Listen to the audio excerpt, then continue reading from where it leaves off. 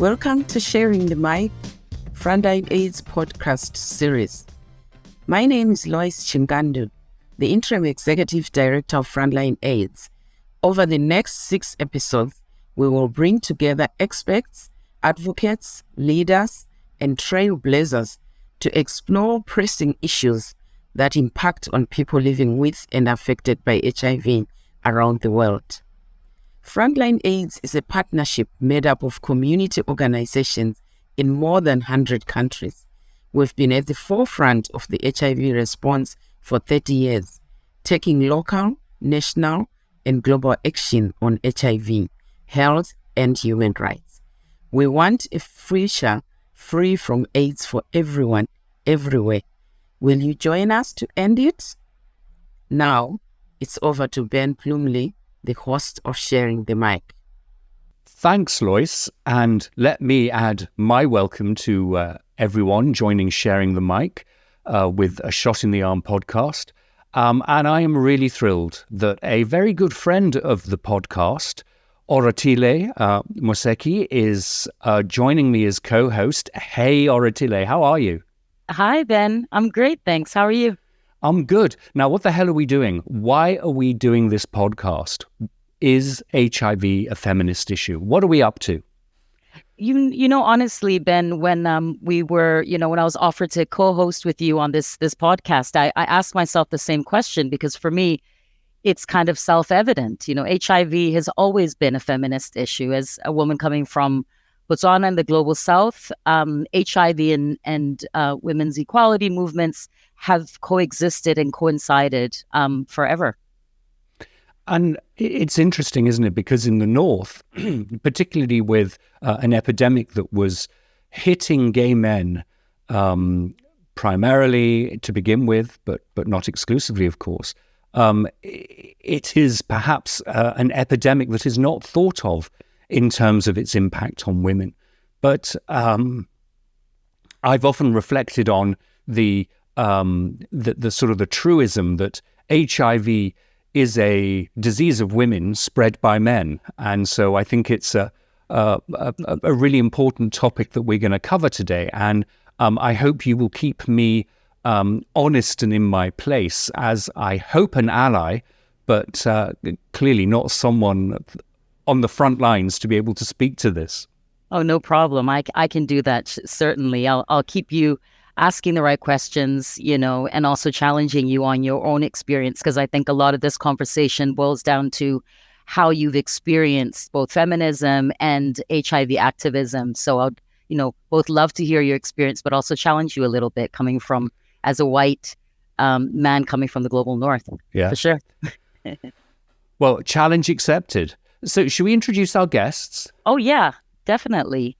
So we have with us today Joyce Ouma coming from Y Plus Global, as well as Vuyiseka Dubula coming from Stephen Lewis Foundation in South Africa. Welcome, guys. Hi, thank you for inviting us. Thank you for having me. Hello. Hi. So have you been hearing us talk a little bit about this question that has brought us here today, around asking the question, is HIV a feminist issue? Would you like to maybe introduce yourselves and tell us a little bit about yourselves, but then also maybe reflect a little on the question? We'd like to start with Joyce. Would you like to begin? Yes, Oratile, thank you very much. Hi, everyone. My name is Joyce Ouma. I work with the Global Network of Young People Living with HIV, commonly known as Y Plus Global. I am based in Kenya, and I'm very excited to be hosted on this show today. And what a nice way to start. The first thing that really, got in my head was HIV is a disease of women spread by men. I do not know if I want to head in that direction or to have that conversation, but that is something that I'm definitely going to take with me, of course, coming from someone who is identifying as a man. I think the question around whether or not HIV is a feminist issue is something that I've also been asking myself. I've also been asking myself whether or not being a HIV activist also makes me a feminist, given that in my activism and in my advocacy, I still speak for the issues that are affecting adolescent girls and young women from my region and also globally. So I must admit that even though I'm a feminist and I should be fighting for equality, and I have lived the experience of a young woman from sub-Saharan Africa, and most of the time my feminism involves advocating for the rights of adolescent girls and young women in the region. So I think it is time, if at all HIV hasn't been a feminist issue, it is time that the two walk hand in hand, because there is no way of talking about feminism without talking about the intersectionalities that the people that we advocate for are going through. And HIV is a major issue, especially in the global south. Thank you. You're absolutely right. Thank you so much for that, Joyce. And how about you, Vuyiseka? Would you like to introduce yourself as well and just speak a little bit to the question? So I'm Vuyiseka Dubula from the Stephen Lewis Foundation based in Cape Town, South Africa. At the Stephen Lewis Foundation, I support over 100 community-led organizations who are doing health service delivery, gender-based violence interventions, broadly supporting young women and young girls who are struggling to be integrated in society in the sense of fully enjoying life because they don't have resources, inadequate access to health services, or don't have access to education. For me, this is not a question to be held in 2023. This is a question we should have had 2 decades before today. Because I remember as a young girl who was diagnosed with HIV in 2000, we were having the very same conversation. So I thought after 25 years, we shouldn't be having this question, debating this question. For me, HIV is a feminist issue. It has always been a feminist issue. And the reason why we are having this conversation is because for those people who see women in compartments, don't see women in their intersecting politics, continue to overlook why HIV is a feminist issue. In Africa, it is given. The face of HIV has a face of a woman, particularly a face of a Black African young woman. So that for me tells you a lot about the inequalities that are interfacing that young person beyond just health, rights, issues around systems of oppression that are overlapping the same person, gender identity, gender rights, sexuality rights, the crisis of human rights, particularly for women in my region. It is no question that we should be having, particularly in the year when we are hosting Women Deliver in 2023. It is given. Anyone who doesn't live in this continent can have this conversation to death because it doesn't affect them. For those of us who live in this region, it is not a question and it's not a debate. It is a given that HIV is a feminist issue in this day and age. Well, you've certainly given us our marching orders, Vu. I guess the question then that immediately follows for all three of you, actually, for me, is just looking at the history of HIV and the journey that women, particularly sub-Saharan African women, have had to take with HIV. What are the things that have really stood out to you over that period? Whether it is the challenges around access to treatment, access to prevention technologies. And look, we only have the Dipivirine ring now, despite over 20 years of research. The role as patients and caregivers, the whole relationship with prevention of mother-to-child transmission, PMTCT, and of course, things I know that are really important structurally, like inheritance laws, and the ramifications of getting testing. To a stupid northern white person like me, how would you frame how women have been affected by HIV over the course of the last 40 years of the pandemic? Maybe Vu, it's a good place to start with you, and then maybe Joyce in terms of what it means for a young adult today. Not that I'm saying you're in any way not a young adult today, Vuyiseka. I was going to ask, so what are you saying about me? Okay. So I think, Ben, the starting point is this. Women, particularly Black African poor women, over generations have faced inequalities. And this dates to the days of slavery. Women have never been at the center of politics and even participating in development policies. So HIV came to an existing inequality and exclusion of women even in those conversations. And HIV exacerbated those issues. One, I'm going to raise 4 things. For me, what we have seen is that there's been an increasing burden of care to women. So women must take care of their own problems at their own expense. I'm talking about women who have really carried societies over generations to care for their society without pay. And that seems to have been accepted as a norm that women can give free labor and at no costs. That is the first fuck up that we are doing. And feminists have been taking a huge fence and they are standing behind, feminism and HIV, because at the end of the day, who's caring for societies? Who has rescued many, many generations of young people from dying, including myself? It's women in our villages, in our townships. So that has to be said in how that also deepens poverty. It deepens inequalities where women are in jobs that are not paying because they are caring for society, yet are not acknowledged. The second issue is HIV. Obviously, HIV is affecting women because over generations, women's health has never been at the center of any health policies. In fact, even ourselves as women have believed for generations that we should only go and access healthcare only when we are really desperate. Because we've always been seen as caring for men who are coming from mines who are very ill and dumped on us to care for them and therefore defer our healthcare for later. HIV is still playing within those cracks because women we have allowed a system and a norm of allowing women not to look after themselves or not to have access to health services. And that continued even with the generation today. If you look at how many young people have access to free health services in a youth-friendly clinic in Africa. In fact, youth-friendly clinics is something that is not even seen in many communities because we have not accepted that young people should receive healthcare and sexual reproductive health services at an early age. But you will hear from those who are advocating for men that men have a poor health-seeking behavior because the health services have more women. Who told you that women health services are friendly for women? And who is dragging us to go to health services? Because we go to health services, we have no choice. We have to go very early because of family planning. But we're also facing the very battered system that also violates women when they go and access health services. And we're not blaming anyone for that. So men must also shake up and move and go and access health services and stop blaming the health system.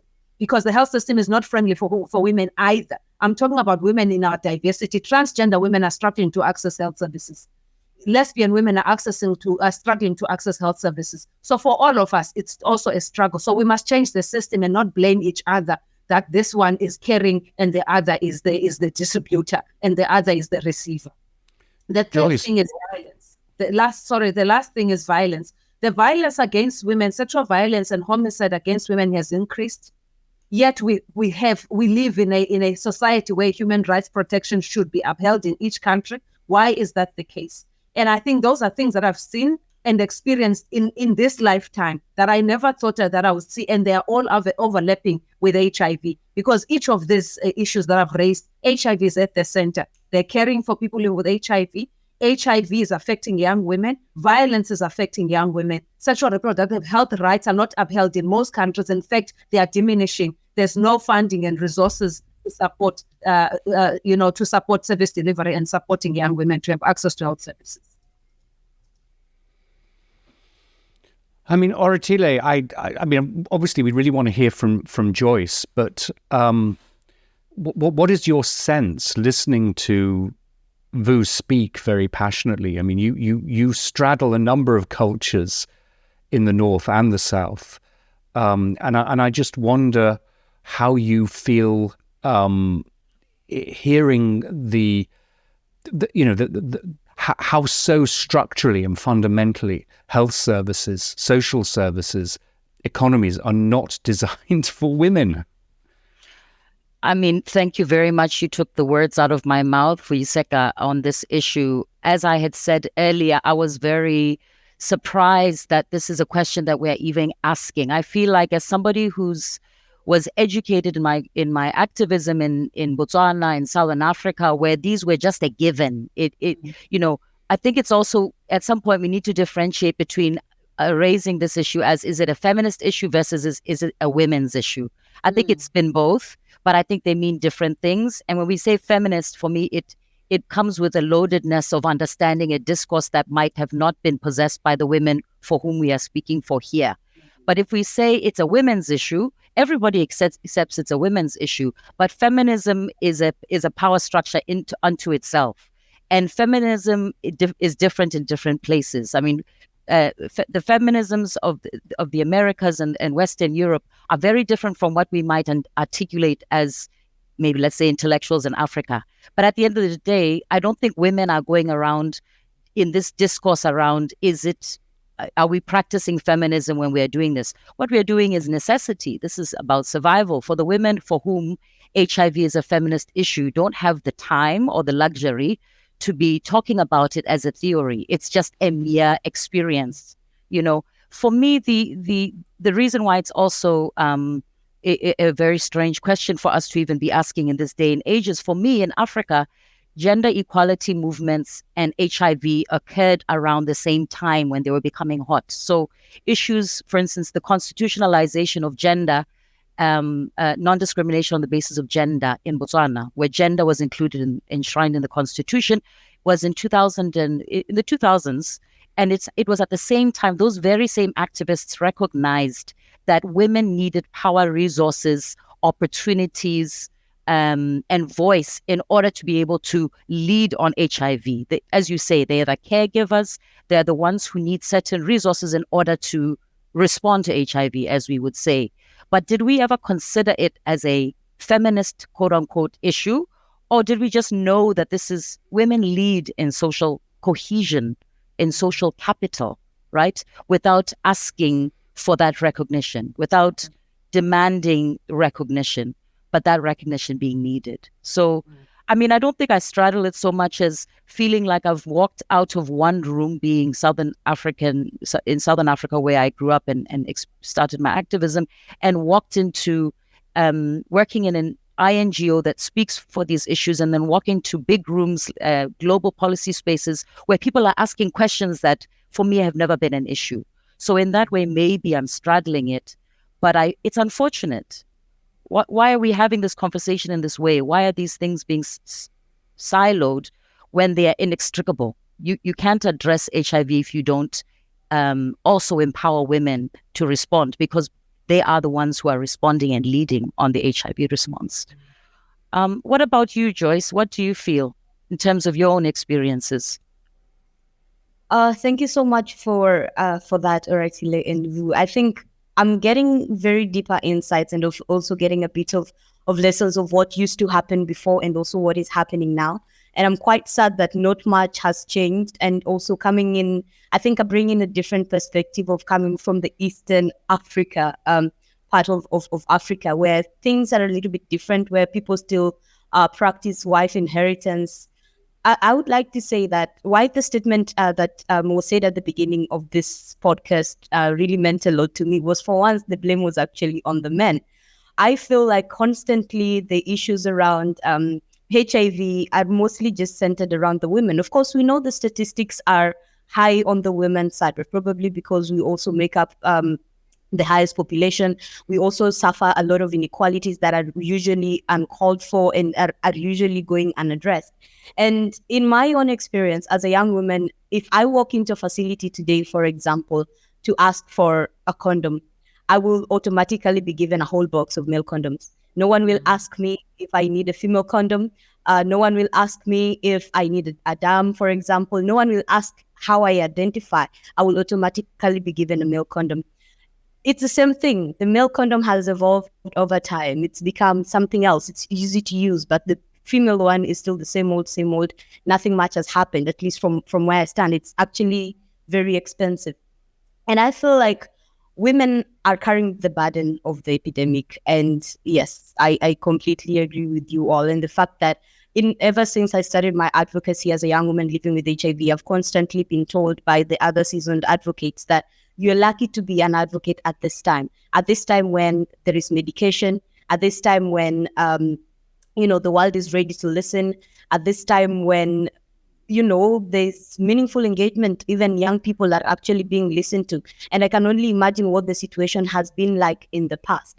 But I'm also in a very strange situation where even the side effects of the ART are largely affecting women more than they're affecting the male counterparts. And nobody wants to talk about this. There's a recent situation that has been happening in my country, Kenya, around the assisted partner notification system, where women are being used as bait to bring men to the facility. I walk into a facility because I want to take my own health into my own hands. And the facility is not concerned with me. They're concerned about the person who is not there, the guy, the man who is not there in the room with me. And this has made a lot of young women not to go into the facility to seek care, because anytime I'm there, I'm not the target. They want the more targets. They want those with poor health-seeking behaviors. And I think earlier on, Vu mentioned around the prevention technologies and also services not being youth-friendly. It is very sad that ever since research started, we only have one multi-prevention technology that is discreet, that is woman-centered, that is long-lasting, that is all those beautiful things, but we don't have it in our hands as young women. Afford to use it because it's not there, it's not prioritized, and it's still something that is not being addressed with the much urgency as we as young women think it should be. So I'm happy that we are having this conversation, and that is a little bit more progressive, and kind of the blame has shifted. So I'm kind of celebrating small wins, but also that women are really tired of bearing the brunt of the epidemic, and this will continue to be the case if the inequalities do not get addressed, and also if feminism and the feminist activists do not take this up as well, and we work together and coexist collaboratively. Thank you. Thank you so much for that, Joyce. But why? Like, why has this continued, the disproportionate burden of HIV on women? What's going on here? What's going on, Vuyiseka? Why are women? It's a man's world. So bringing us back to the feminist question, the question around the need for feminism, not feminism. I'm a little bit skeptical about feminism. That's my own personal idea. But the idea of women's equality and access to power and resources and decision-making. And it's a man's world. What else? So, I haven't given up on feminism. So that's where I'm going to disagree with you. I haven't given up because feminism is a movement building tool. It gives us a toolbox on how to dismantle the systems of oppression. It gives us ideas of how we can connect progressively as women's rights organizations in the different parts of the world. It also gives us tools in how do we deeply understand the conditions of women and girls all over the world. So for that, even though we come from different schools of thought, there is a progressive African feminism that we need to embrace because it really is different from the North. It talks about women in the context of Africa. And I think that can also help us to expand our ways in which we can connect. We are unable to break that because I think we are still caught in the trap of working in silos. Because we live in a resource-scarce environment. Everybody is fighting for themselves and survival of their own little thing that they are doing. So the intention of connection is disrupted by the system that doesn't want us to connect as the women's waves that are happening all over the world. And we need to also acknowledge when that is used against us, to not see each other, to divide us, to call it out. Because I think the very question we are asking today is one of the tools used to disconnect us. So by calling it out, we are saying we are no longer going to have this conversation of a dichotomy between whether HIV is an HIV is a feminist issue, because we don't want to be in that conversation. We're in a conversation, how do we connect our movements? The HIV movement must connect with feminists if it's disconnected. If the feminists are disconnected from the HIV movement, it must be connected. That's what we need to debate. The second thing is, who sits on the table to discuss whether the pivoting ring should be available in Africa? It's men who are not affected by this. I'm telling you, if the face of HIV in the region and all over the world had the face of a white man, we would have the pivoting ring tomorrow. That is why we are going to have the injectable PrEP tomorrow, because it is going to be accessible to gay men who are white, not black. So that's bottom line. it's a man's world. Who makes the decision? Who has the resources? The class of those people who are going to access the tools doesn't look like me and you. And those of us who look like me and you, who have access to those spaces, are in minority, not in critical mass, to make critical decisions as a group. So we need to get ourselves into those tables and shake those tables. And the table is small, let's expand it. If the room is small, let's have the meeting under the tree. Because then obviously we are going to be trapped in the same situation. No longer do I want to see a situation where Waisha and Nina in 10 years' time, where they are talking about the same thing I was talking about when I was a young girl. I think that is a failure on all of us as leaders today, social movements and all over the world. Why are we still talking about the same thing? The third thing, inequalities. Unfortunately, we are facing a serious crisis. In the next 2 to 5 years, things are going to get worse. Most countries are going to go to serious austerity. Then if we are taking a break, if we're taking a leave from activism instead of escalating it and amplifying, and women deliver, coming out with strong positions, we are going to fail, because we now know that the whole world is not going to increase public spending, including my own country.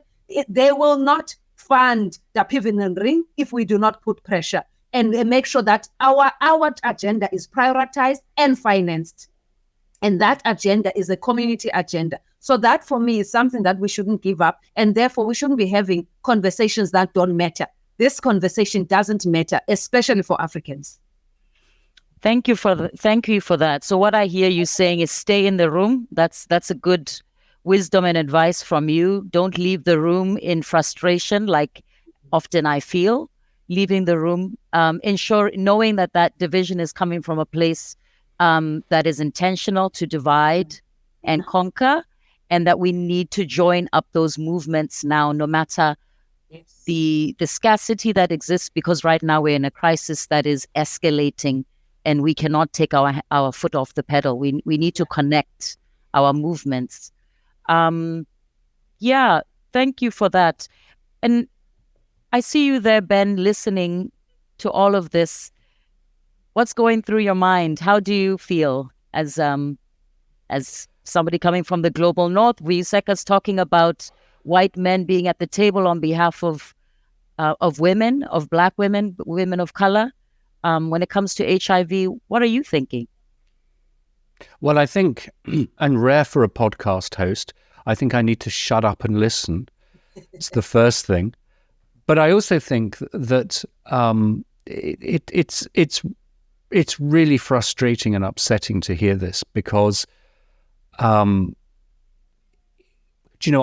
remember an article that was in a UK HIV positive magazine back in the early 2000s that argued that, because Britain was spending so much money on overseas development aid for Africans, we were losing sight of the needs of people with HIV in the UK. And it was a hugely controversial article. And I remember it because I thought, have we not learned the importance of solidarity, that we are in this together? Surely we, as gay men in London, in New York, in San Francisco, understand that viruses do not respect boundaries, do not respect genders. And yet here we are. And then I think to points that both Joyce and Vu have made, when we were preparing for this Oratile, you and I joked about how do we address male circumcision in this conversation. And it was an intervention that got hugely invested in as a research intervention and as a PEPFAR rollout program. And I'm thinking what Joyce was saying about, women used as bait to get the men into services. Right across the board, we still don't seem to be able to be putting women at the heart of the epidemic. It's about women as vehicles of transmission, whether it's to their partners or to their children, and I think we've just got it arse over elbow, and I'm really frustrated and distracted that we cannot. 40 years into this epidemic, how much has really changed? If I can just come in, I think on the other side of the conversation, if feminism has a place for men, here is a critical point in time when men must see feminism as their savior. Feminism can save men from themselves. It can save men from patriarchy, because that system is not good for men's health. So they must join feminism if they really, honestly, because what kills men in the HIV epidemic, for example, because the face of HIV prevention looks like mine, but the face of death looks like men in the region.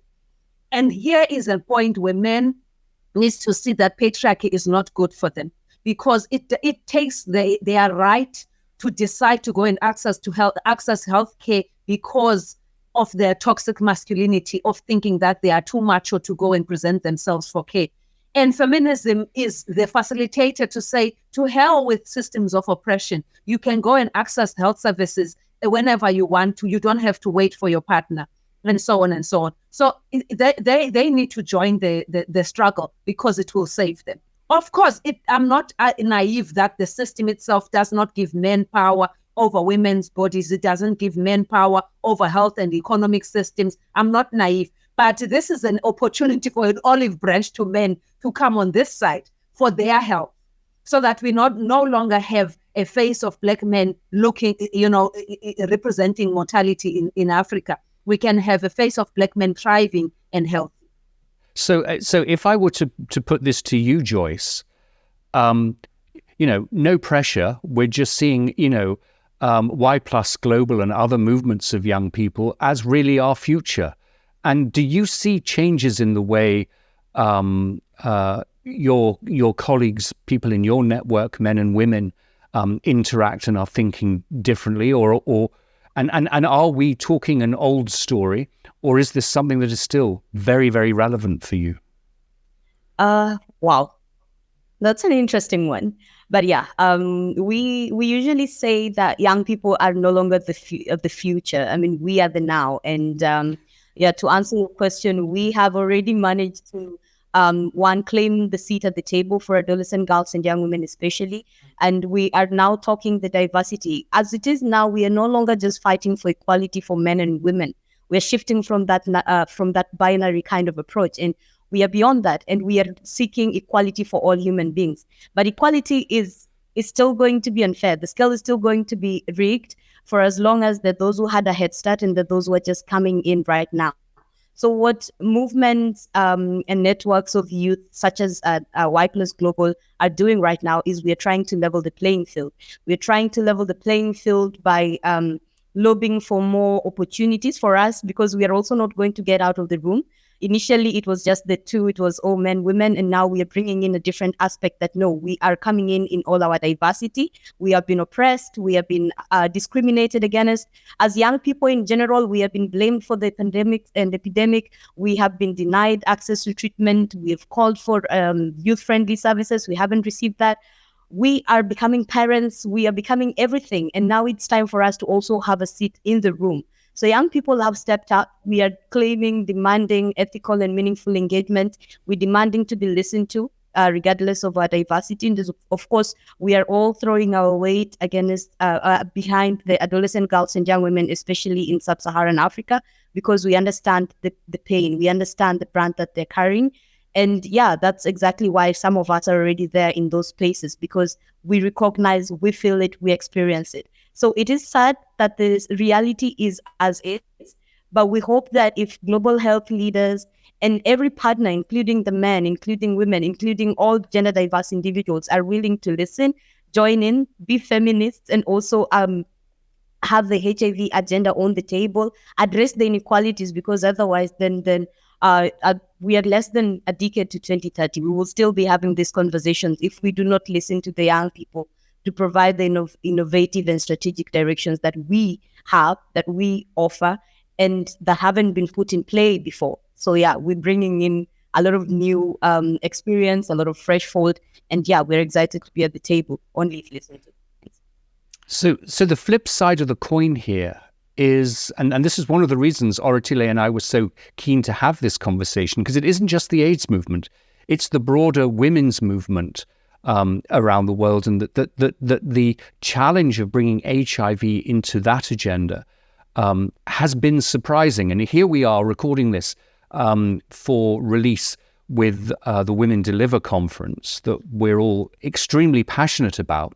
But I really wonder what we need to do, around building solidarity with the broader women's movement. I mean, for example, does Women Deliver adequately address HIV issues? And I don't know, Oratile, from a Frontline AIDS perspective. I mean, for those who are not watching the podcast but listening, Joyce is shaking her head very assertively. And I guess before asking Oratile to talk about what Frontline AIDS is doing, Joyce, why do you say no? Why is the women's movement not adequately addressing HIV? Yeah, I would say this was my experience. So I'm registering for the conference. I'm trying to see what the kind of delegates they're expecting to come in, and they do not recognize those who are coming in as HIV activists or advocates. I looked through the entire agenda. I'm trying to see, where do I fit in? Where does my community fit in? How are we going to bring the conversations around HIV on the table? And up to now, before Frontline AIDS reached out to say that we are hosting this session, I didn't think we were going to even have an opportunity to bring the issue of HIV to the table. So no, to answer you, I don't think that's happening. But I'm excited that this is airing before the sessions, and we probably have a chance to bring into limelight the issues, the intersectionalities, and also how HIV is a key driver and a key player in these issues. Can I just answer you and say you fit in everywhere, where everything and all the topics and all the actions that they're bringing, you fit in everywhere, because the reality of women dealing with HIV are, face challenges in each and every one of the areas that are part of the gender equality framework and the action coalition work that's being done.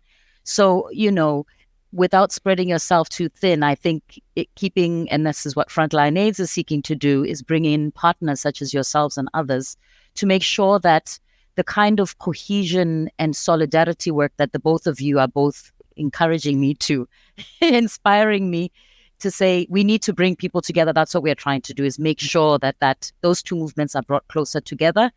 And we're very glad that just to say that at Women Deliver, we're going to be having a side event that will take this conversation further, that Vu is going to be at, and Joyce is going to be at, and we'll have Christine Sterling from UNAIDS also speaking, as well as who's the fourth person? Just remind me then, Ben. Lilian Otiso Dr. Lilian Otiso from LVCT Kenya. Also a friend of the podcast. And don't forget our very own Waisha Raphael, who is the production assistant for this podcast, is also one of the young leaders at the conference. So we're going to be there in force. But Joyce, can I come back to you? Sorry to interrupt, Oratile, but you talk about taking this space, and rightly so. What are the very specific challenges and issues that you see adolescent girls and young women, particularly in East Africa, particularly in Kenya, what are they facing? And how do we get those issues on the table and make sure that the people in power are responding and addressing those? Wow. I could give you a whole list of some of the issues that adolescent girls and young women in the region are facing. But I'm just going to, at the tip of the iceberg, we have the issue of poverty. As you know, access control is an issue. In this part of the world, young women do not have access to resources, essential resources that matter, issues of land, schooling and stuff. We do not have that. You have to either rely on your partner to give you that, or you simply do not have it. So the issue of poverty has really made young women not to be able to take care of themselves. And that's why we're having issues of period poverty. We're having young women going into transactional sex and also engaging into, with older partners, or we call them blessers in this part of the country, so that they can be able to survive and they can be able to sustain themselves with the basic needs. We also have the issue of, school retention. We are still in a place in where child marriages is still largely practiced. I was just recently celebrating that Tanzania has actually reduced the age of consent in the country to 16.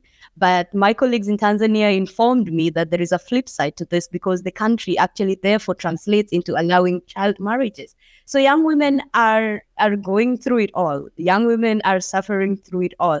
And that there is definitely a lot more when a young woman needs to go to a facility. I'm actually very excited to be having this conversation because I'm a student of gender. I'm taking gender, women, and development studies. And this is something that has been asked constantly of us. What are some of the challenges that young women are facing in the region? And this is another issue that keeps coming up, is the issue that young women are not even in any decision-making spaces. Politics, in roles that young women are getting in, they're mostly called flower girl roles. The 2/3 gender rule has been put in place for a very long time, but Kenya doesn't even meet that threshold ever, even though we believe we are smoothly transitioning into trusting women leadership. We have an extra docket for women called the women representatives. While this office is there, it's a decorative office, it's honorary, they do not have enough resources to implement anything. So this is a constant evolution that young women in the region are still facing. You want to get into the spaces of power, but your engagement still remains tokenistic. You want to speak on behalf of your of other things, but your engagement is still, the young people are not being trusted enough to be listened to. So these are some of the things that we are trying to call out. We're trying to call everybody in to work with us and partner with us as young advocates, because we tried calling out and they ended up sidelining us. So it's very interesting that, yeah, but I could tell you a lot more of what young women are facing, but I think I'd leave it at those two, because that's what brings up all these issues that we're going through. Yeah.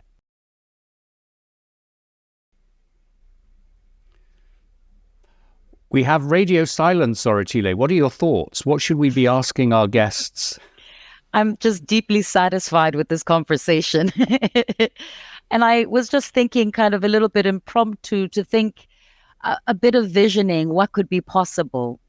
What I really like about the reflection from the two of you is there's such continuity around the history of feminism and the HIV movement, and the position around ensuring that there is a deep solidarity between movements from the past and a continuation of that, articulated through how you've described this reinterpretation of equality for all, that does not try and deny the inequalities that exist, but kind of acknowledges that whether it's racism, whether it is feminism, it's not a zero-sum myth, is what I'm trying to understand more and more. It doesn't mean because one has more space, others have less space. It actually is harming, patriarchy is harming everybody equally. HIV is harming, if we end AIDS for women, we're ending AIDS for men as well. So it's not a zero-sum myth. And I think people need to remember that the zero-sum myth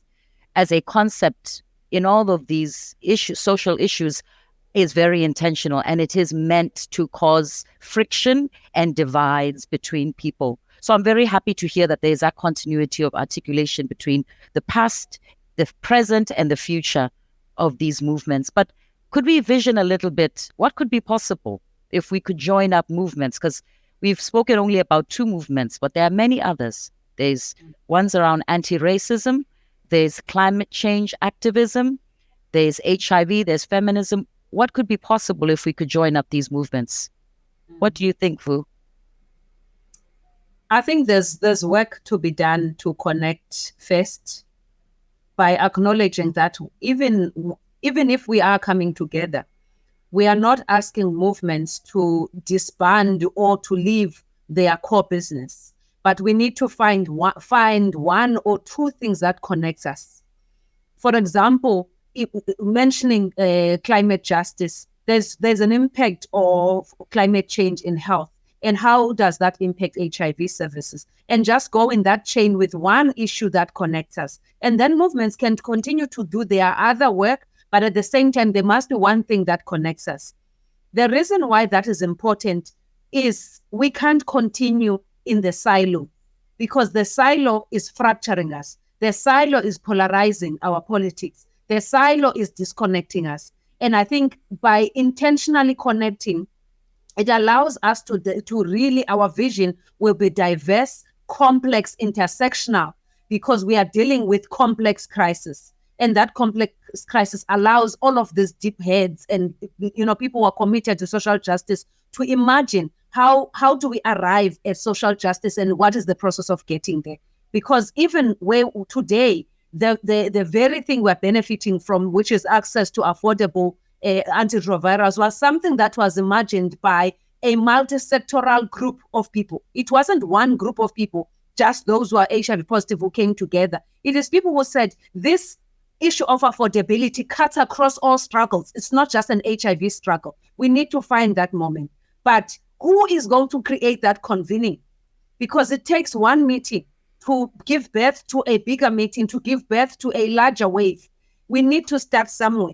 If Women Deliver is that point for women's rights organizations, for the queer movement to come together, for the climate justice groups to come together on the issue where it affects all of us, where there's a crossroad, when we're at the center, all of us, we need to do it. But I think all of us today, yes, I don't want to be naive thinking we are not exhausted. All of us are exhausted. So we need more Joyce and many Waishas and the Ninas to come to this conversation. This is not a conversation for the older generation alone. It's an intergenerational conversation, because the life we live today, yes, we are still active in society today, but the world we are living, Joyce, and the world we are living, Waisha, is what I'm concerned about. What is the world we are living, our next generation and the generation before? And what do I do today to change that world? Because we are still active and messing up the world today. So I think we have to start somewhere. Let's convene at Women Deliver. It's right here. Here is a moment for an intergenerational discussion, and then make a plan in how do we bring others. The queer movement must come in this conversation. When queer people are attacked in Uganda, it is a direct attack to women, to sexual reproductive rights. It is an attack to everybody, marginalized communities of the world, disability people, disabled people, young people, mothers, grandmothers. It is an attack on all of us, because for as long as we allow this decline in social cohesion, this decline in solidarity, the powers of the world would have achieved exactly what they wanted, to divide us and isolate us in little corners where we have nobody to help us. And Uganda is one example. How are we going to make sure that that country bows to the people's pressure? And what type of people's pressure are we brewing and building to ensure that we don't allow this to happen to anybody? Vu, I just want to dive in and not distract us, but you mentioned the queer movement. How do our trans brothers and sisters fit into HIV as a feminist issue? Our queer brothers are feminists, as far as I know, because they too are struggling with issues of equality, and they are also living in the fault lines of oppression. And I think anyone in the queer movement who does not see themselves as a feminist, it would be odd for me. I see myself as part of the queer movement. We are all affected by the very same thing that does not allow us to have bodily autonomy, that doesn't allow us to live freely in our bodies and in society. And if there is anyone who thinks they're on the other side, I think we need to have that conversation. How did we arrive there? Because the rights, the sexual reproductive rights of people in Uganda is my right. My right to exist is affected. Their right to exist is affected. And therefore, that's my issue. And I think anyone in that group, if there's anyone who thinks that they are not, I'm not also naive that there is divisions in how do we position ourselves. That's fine. That's okay. There's no movement that will agree on everything. Let's find that common thing that we all agree on, and we work on the things that we can all work together. The rest we'll figure it out. But let's find one commonality and a shared sense of the problem, so that we can have a shared sense of collective action. How do we get there? Joyce, sorry, go ahead. Yeah, I was actually going to say just what you were saying back to Joyce a little bit, that your equality idea, no, it's not even an idea, it's a wisdom. It's such a great tool, because I think it's bringing up what you're saying is, what is that intersection, is that it's an equality movement. That's the common interest, because it has common enemies at that intersection. Anything coming to mind for you, Joyce, on this topic? Yeah, definitely. I'm officially looking forward to Women Deliver now, because then the intersection that we're looking for is me. I'm a human being, and that means that the issues that are affecting others are also likely going to affect me.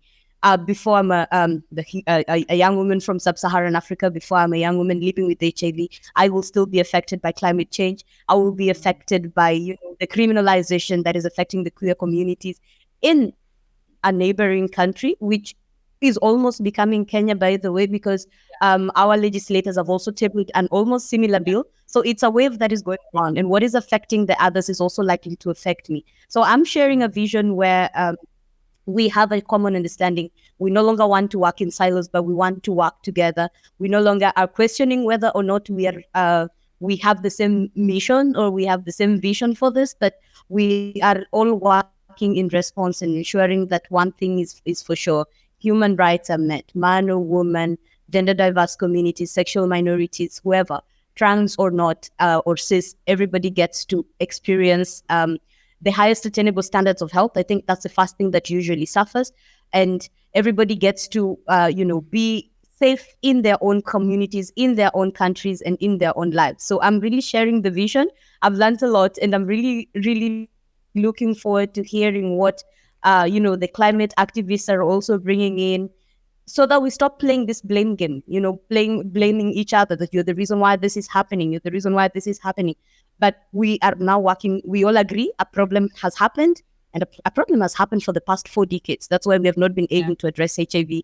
Now we are talking about inequalities and ending inequalities in the current global AIDS strategy. If you want to end inequalities, then we need to go back to the drawing board. Agreed that we had fault, agreed that there were some who were more advantaged than others, those who oppressed others, and it's time to move forward as a team, with all being with one underlying factor, that we're all humans and we are deserving and entitled to it all. Yeah, thank you. Wow, Joyce. I mean, I think that is really, really instructive, and I think a real roadmap for all of us. I'm going to reflect very much on what you've just set out as an agenda. Wow. Well, Oratile, I noticed that we're at the top of the hour, and final reflections, final thoughts. Yes.